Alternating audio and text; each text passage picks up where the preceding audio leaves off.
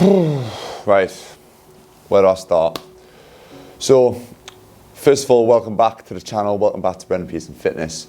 I wanted to make this video, I've been wanting to make this video for a long time, specifically for a lot of people who, well, a lot of men, women who have been in the sport of football, or to be fair, any sport in general, and committed a lot of their life to a particular sport and it hasn't worked out.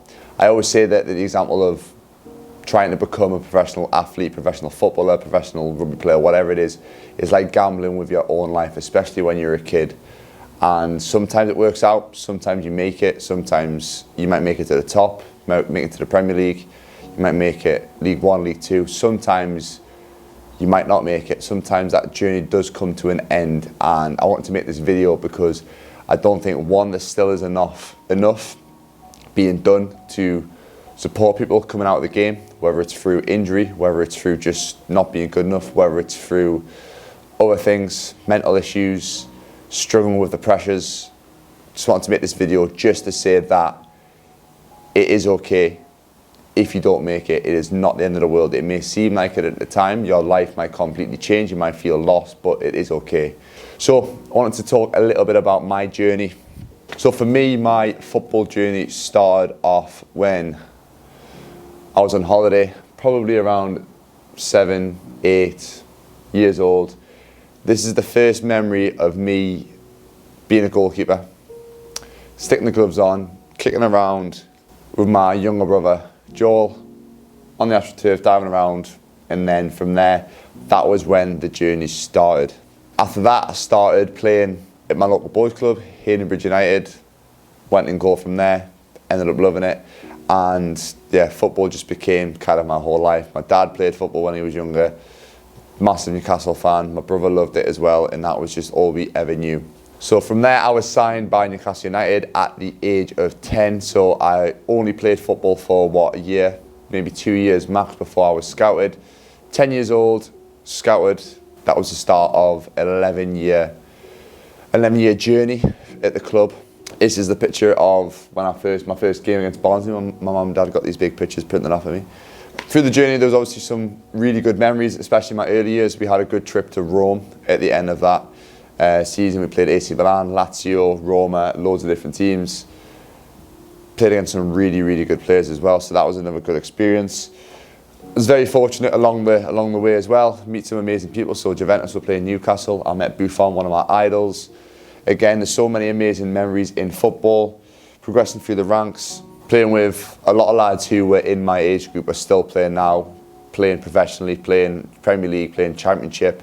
So yeah, it's crazy to look back and think like we all started somewhere and to see where we're all at today. But I've done podcasts, I've done a few videos talking about my journey through when I get a little bit older. Ended up getting a full-time scholarship at the age of 16. Struggled a little bit with injury throughout my first year or so, but managed to do okay. Got myself an extended scholarship, so a third-year scholar.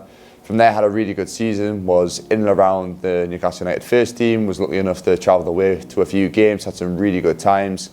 And then towards the end of that season, I suffered my first real serious kind of injury. So it was a recurring injury that kind of got worse and worse with patellar tendonitis. Couldn't get the problem right, ended up kind of ending that season quite early, going through the off season, rehabbed it, was hoping to be okay. I had numerous different injections, different procedures, and then went into the following season, which was my first year on a professional contract, and then my knees just didn't feel right straight away. So from then, we couldn't still get the problem right. We tried more injections, we tried loads of different procedures, which ended up leading me to get surgery in Sweden. So I had surgery on my knee out there, tried to get the issue resolved. What was meant to take 5 months to get back fit actually took 16 months, which was a lot longer, and it was a big mental journey along the way. But that's not the main thing that we're talking about. So moving on from there, got back fit, played a few games, things didn't work out. I had a few other little injuries, so I didn't end up getting offered a contract. So my mindset at the time, getting released, I'd been at Newcastle United for 11 years, my mindset was very much, you know what, I'll be fine, I've got an agent, I've got interest from other teams, I've got a few trials places, I'll be fine. quite positive considering I'd just been released. I thought I would go on to better things. That was the mindset that I was in, and that's what I feel a lot of young lads are in when they're leaving these academies, especially the higher level academies, your category 1 academies. They're in the mindset that, you know what, I'm going to get released, I'm going to be fine, I'll still find a career in football. But when you're in that bubble, you don't realise how hard it is once you step out of it to try and keep things going. So I found this out. I went on trial somewhere, didn't really go to plan, ended up signing for a non-league team. Things didn't work out. It was hard for me to try and get another team from there. I tried to sign somewhere, didn't work out, contracts fell through, and I was left without a team for about 3 or 4 months. So at this point, didn't work, didn't have a job. I thought, you know what, I'm a footballer, that's what I am. I'm not going to go and work in Tesco or work in Aldi or whatever it is, get a normal job just to keep money in. I was like, no, you know what, I'm a footballer, this is what I do. I didn't think about, it didn't even come to my mind that I was going to be doing something else. So all I did with that for them 3 months was train, went to the gym every single day, played football with whoever I could to kick a ball at me. And then I ended up signing for a team in Scotland in the January after. So Greenock Morton, I signed up there in the January after. But at the start of the following season, I suffered a really serious ankle injury, which left me needing surgery and also without a club. So I was released from that point. So this is kind of how my journey went. This is just going to show that a few years ago, I was in with the first team of a Premier League team thinking, you know what, things could be going great. I had potential England call-ups going on. I had loads of different things. My mindset was like, you know what, I'm gonna make it. This is my path. And then you can see how it kind of slowly just goes downhill. So it goes to show that you are never safe, especially in football. So always take everything that you've got, be grateful for it. Don't take things for granted, and you never know what could happen. So that was me. I had a full ankle reconstruction. Obviously, I've talked about this in previous podcasts. If you want to check that out, the link's down below to a few of my old podcast episodes. Yeah, so then from there, after the injury, I said to myself, you know what, I've gave my everything to football. There's a reason that things aren't happening to me. I've given everything. I've had too many injuries. I've tried my best. I've given everything. That's what I thought, and I found it really, really hard to make that mental switch into the real world. And I know there's a lot of other lads and a lot of other maybe women as well who are out there who struggle to make that switch and maybe think, you know what, I need to go and get a job. I need to go and work. This thing that I've done for years and years since I was a little boy, since I was 8, 9 years old, I've literally lived every single minute of every single day for this one thing. And to make that switch is so difficult. But for me, it was kind of injury related. So I did last season sign for a team, Blythe Spartans, in the National League North. Obviously things didn't go great in terms of COVID, but I knew even at that season, my injuries weren't right. My head wasn't 100% in it. First few months, things were going okay. Then the old injuries started creeping back up. And that's when I got to the point where I know, like, you know what, this is when I need to put this behind me, because I still felt like there was something I wanted to give to football. I sort of struggled to 100% drop that, put that card down and say, you know what, that's done for now. I need to move on. I need to try and focus on other things in my life, which is a big thing, like I said, when you've been doing something for the whole of your life since you were a kid, trying to push it behind you and say, you know what, I've had that part of my life, it's done now. Time to move on to the next chapter. I'm grateful for everything that I've learned through football. I'm grateful for all the lessons it's taught me, all the hardships and the ups and downs along the way. But you know what? I'm going to sweep it to one side and move on to the next thing, which I see it so many times with young lads these days who are in these Premier League academies or higher up in football, and they're in that football environment where there's pressures to have certain clothes, there's pressures to have certain cars, there's pressures to do certain things, and you have this label on you as like, he's a footballer. A lot of lads, when they do get released, even at 18 years old, never mind 21, 22 like myself, they find it hard to be real with themselves and say, you know what, I need to go and work a job, or you know what, I don't need this Mercedes anymore. I can't afford this Mercedes anymore that I've been paying for the last few years.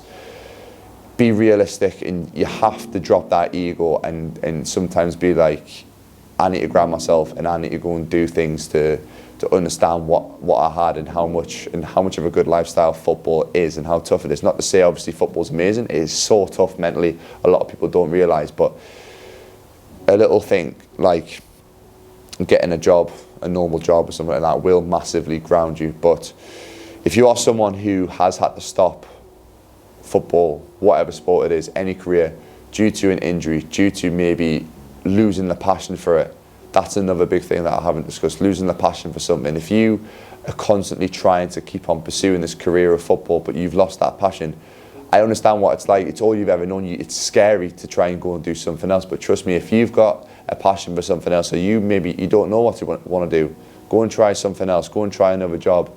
If you're not passionate about something, don't do it. If you've lost that, even if it's something you've done for years and years and years, trust me, put your mind into something else. You just got to be patient with it. It's going to be hard. You're going to have to maybe educate yourself, relearn new skills, whatever it is. Just put some time into something else, and things will happen. For me, it probably took me about 2 or 3 years to actually get over the fact that football wasn't going to be my everything, because it was something that I didn't think would ever happen. I always thought it was going to be the thing that kind of saved me for 10, 15, 20 years. I didn't think I'd be in this position at 24 years old, retired from football and having to do something completely different.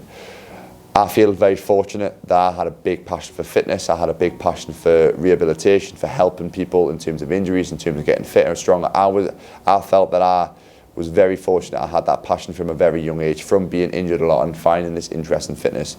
So I maybe found it a little bit easier in a sense. Maybe I have a little bit of an advantage over some people who don't have that. I've got to the point now where financially I'm okay. I don't need football to support me, which I know a lot of people do use football as an additional financial benefit. It took me a long time to get to this point, but it is possible. If you've got a passion for something outside of football, go and pursue it and you can make it happen. It takes a long time.